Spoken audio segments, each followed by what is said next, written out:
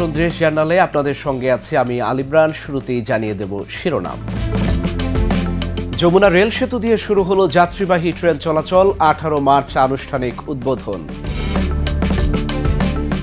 গাজীপুরে 156 আনসার সদস্য পুরস্কৃত, যৌক্তিক দাবি পূরণের আশ্বাস স্বরাষ্ট্র উপদেষ্টার। এবং মেহেরপুরে 14 কেজি গাঁজাসহ মাদক কারবারি আটক, সীমান্তে বিজিবির অভিযান। দীর্ঘ অপেক্ষার পর দেশের সবচেয়ে বড় যমুনা রেল সেতু দিয়ে শুরু হলো যাত্রীবাহী রেল চলাচল। বুধবার সকাল 11টা 18 রাজশাহী থেকে ঢাকাগামী সিল্ক সিটি এক্সপ্রেস ট্রেন আনুষ্ঠানিক উদ্বোধনের অপেক্ষায় থাকা সেতুটি পার হয়।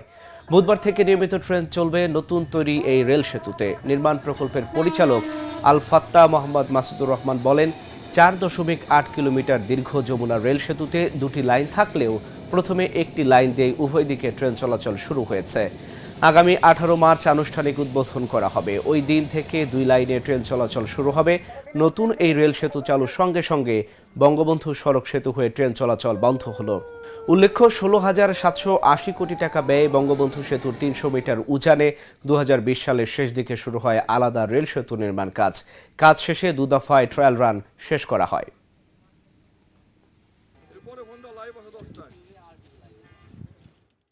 গাজীপুরের শফিপুর আনসার ভিডিবি একাডেমিতে বাংলাদেশ আনসার ও গ্রাম প্রতিরক্ষা বাহিনীর 77তম প্রতিষ্ঠা বার্ষিকী ও 45তম জাতীয় সমাবেশ উদযাপন করা হয়েছে। এতে প্রধান অতিথি ছিলেন অন্তর্বর্তীকালীন সরকারের স্বরাষ্ট্র উপদেষ্টা মোহাম্মদ জাহাঙ্গীর আলম চৌধুরী। এ সময় স্বরাষ্ট্র উপদেষ্টা বলেন, বাহিনীর আইন শৃঙ্খলা রক্ষা, সামাজিক নিরাপত্তা নিশ্চিতকরণ ও জাতীয় দুর্যোগ ব্যবস্থাপনা ভূমিকার প্রশংসা করেন তিনি জানান, বর্তমানে 51,667 জন সাধারণ আনসার 5,757টি সরকারি ও বেসরকারি স্থাপনায় নিরাপত্তা দিচ্ছেন। পার্বত্য অঞ্চলের সেনাবাহিনী, বিজিবি ও পুলিশের সঙ্গে সমন্বিতভাবে 16টি আনসার ব্যাটালিয়ন দায়িত্ব পালন করছে। বাহিনীর সদস্যদের কল্যাণে সরকারের নেওয়া পদক্ষেপগুলোর কথা উল্লেখ করে তিনি বলেন, যৌক্তিক দাবি পর্যায়ক্রমে বাস্তবায়ন করা হবে। অনুষ্ঠানে 156 জন আনসার সদস্যকে পুরস্কৃত করা হয়। তিনি আনসার বাহিনীর পেশাদারিত্ব ও অবদানের প্রশংসা করেন এবং বাহিনীর অগ্রযাত্রা আরও সুদৃঢ় করার আশ্বাস দেন। আপনারা দেখছেন যে দেশ গড়ার কাজে আনসারের কিন্তু সবচেয়ে বড় ধরনের ভূমিকা ছিল এবং আছে। ভবিষ্যতে তারাই কিন্তু সবচেয়ে বেশি কাজ করে যাচ্ছে। গ্রামে গঞ্জে সব জায়গায় কিন্তু তারা আছেন এবং তারা আইন শৃঙ্খলা সাথে সাথে দেশের বিভিন্ন উন্নয়নমূলক কাজে তারা অংশগ্রহণ করতেছে এবং দেশের জন্য অনেক কাজ করে। এবং দেখেন সে সময় অনেক কিছু খালি হয়ে গেছিল, কিন্তু আনসাররা কিন্তু তাদের দায়িত্ব এইসব জায়গায় ছিল, তারা কিন্তু তাদের প্লেস কোথাও ছাড়েনি। এই জন্য আমরা সবাই আনসার বাহিনীর আপনারা সবাই ধন্যবাদ দেওয়া উচিত। মেহেরপুরের গাংনী উপজেলায় 14 কেজি গাঁজাসহ আজিবুর রহমান নামে এক মাদক কারবারিকে আটক করেছে বর্ডার গার্ড বাংলাদেশ। বুধবার ভোরে উপজেলার কাথুলি সীমান্ত এলাকার মাঠ থেকে তাকে আটক করা হয়। আটক আজিবুর রহমান কাথুলি গ্রামের পশ্চিমপাড়ার মৃত নিতিন শেখের ছেলে। ধলা বিওপি সূত্রে জানা যায়, মাদক পাচার হচ্ছে এমন সংবাদের ভিত্তিতে ধলা বিওপি ক্যাম্পের হাবিলদার মোহাম্মদ আলীর নেতৃত্বে বিশেষ অভিযান চালানো হয়। সীমান্তের 134/2 এসপিলার এলাকায় অভিযান পরিচালনা করে বিজিবির সদস্যরা 14 কেজি গাঁজাসহ আজিবুর রহমানকে হাতে নাতে আটক করে। পরে আটক করা ব্যক্তির বিরুদ্ধে মাদকদ্রব্য নিয়ন্ত্রণ আইনে মামলা দায়ের করে গাংনী থানায় হস্তান্তর করা হয়েছে। বাগেরহাটের 3টি উপজেলায় আলাদা 3টি ওয়ার্ডে বিএনপির কমিটি গঠন নিয়ে প্রতিপক্ষ নেতাকর্মীদের মধ্যে ব্যাপক সংঘর্ষ হয়েছে। এতে প্রতিদ্বন্দ্বী প্রার্থীর সমর্থকদের অর্ধশতাধিক নেতাকর্মী আহত হয়। মঙ্গলবার বিএনপির কমিটি গঠন নিয়ে সংঘর্ষের এসব ঘটনা হয়। সংঘর্ষে আহতদের মধ্যে গুরুতর বেশ কয়েকজন বাগেরহাট, চিতলমারী, ফকিরহাট, খুলনা ও গোপালগঞ্জ মেডিকেল কলেজ হাসপাতালে ভর্তি করা হয়। জেলা পুলিশ জানিয়েছে, সংঘর্ষের ঘটনায় কেউ সংশ্লিষ্ট থানায় অভিযোগ করেনি। এ বিষয়ে বিএনপির স্থানীয় নেতারা বলছেন, দলীয় শৃঙ্খলা বজায় রাখতে তারা সর্বাত্মক চেষ্টা করছেন।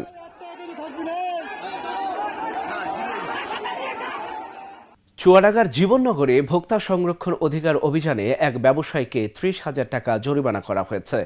লাইসেন্স না থাকা ও অস্বাস্থ্যকর পরিবেশে খাবার তৈরির অপরাধে এই জরিমানা করা হয়। বুধবার দুপুরে জেলার জীবননগর উপজেলার ইসলামপুর এলাকায় এই অভিযান চালানো হয়। ভোক্তা অধিকার সংরক্ষণ অধিদপ্তরের চুয়াডাঙ্গা জেলা কার্যালয়ের সহকারী পরিচালক মোহাম্মদ মামুনুল হাসান জানান, বেকারি, মুদি দোকান সহ অন্যান্য নিত্য প্রয়োজনীয় পণ্যের প্রতিষ্ঠান তদারকি করা হয়। এ সময় জীবননগর ইসলামপুর এলাকার আব্দুল হান্নানের মেসার্স আরিফ ফুড প্রোডাক্টসকে 30,000 টাকা জরিমানা করা হয়। অভিযানে ক্যাব সদস্য ও জেলা পুলিশের একটি টিম সার্বিক সহায়তা করেন।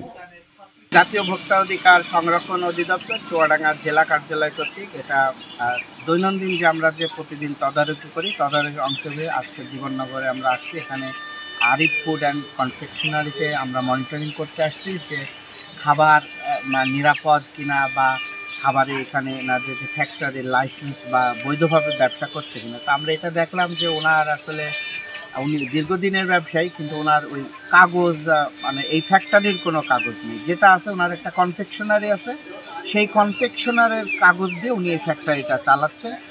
আর উনি এখানে যে প্রোডাক্টগুলা বিশেষ করে ফ্লেভার ব্যবহার করছে তাতে কোনো ডেট নেই, এবং উনি যে প্যাকেটগুলা করছে প্যাকেটেও কিছুতে ডেট দিতেছে, কিছুতে ডেট দিতেছে না।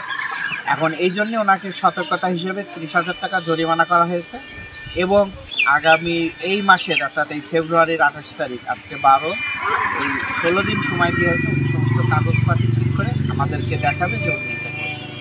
আর এখানে এই ব্যাপারে এখানে বাজার কমিটির সদস্য আছে, উনিও এটা একটু দায়িত্ব নিয়েছে যে আমি এটা করে দেবো ওনার সাথে করে। এসো দেশ বদলাই, পৃথিবী বদলাই, এই প্রতিপাদ্য নিয়ে নাটোরে তারুণ্যের উৎসব 2025 উদযাপনের অংশ হিসেবে শব্দ দূষণের ক্ষতিকর দিক ও প্রতিরোধে সচেতনতামূলক বর্ণাঢ্য শোভাযাত্রা ও আলোচনা সভা হয়েছে। এই উপলক্ষে বুধবার সকালে জেলা প্রশাসক এবং পরিবেশ অধিদপ্তরের আয়োজনে নাটোর কালেক্টরেট ভবনের সামনে থেকে এক বর্ণাঢ্য শোভাযাত্রা বের করা হয়। শোভাযাত্রাটি প্রধান প্রধান সড়ক প্রদক্ষিণ করে পুনরায় কালেক্টরেট ভবনে এসে শেষ হয়। পরে জেলা প্রশাসক সম্মেলন কক্ষে আলোচনা সভা হয়। জেলা প্রশাসক আসমা শাহিনের সভাপতিত্বে এ সময় উপস্থিত ছিলেন অতিরিক্ত জেলা প্রশাসক সার্বিক রওশন আলী, পরিবেশ অধিদপ্তরের সহকারী পরিচালক রফিকুল ইসলাম, পুলিশ ইন্সপেক্টর সাইদুর রহমান ও পরিবেশ কর্মীরা উপস্থিত ছিলেন। নিজেকে গড়ার মন্ত্র, সাথে গড়ব নতুন স্বদেশটাকে, এই স্লোগানকে সামনে রেখে রংপুর স্টেডিয়াম মাঠে 4 দিনব্যাপী 6ষ্ঠ রিজিওনাল লিডারশিপ ক্যাম্প অনুষ্ঠিত হয়েছে।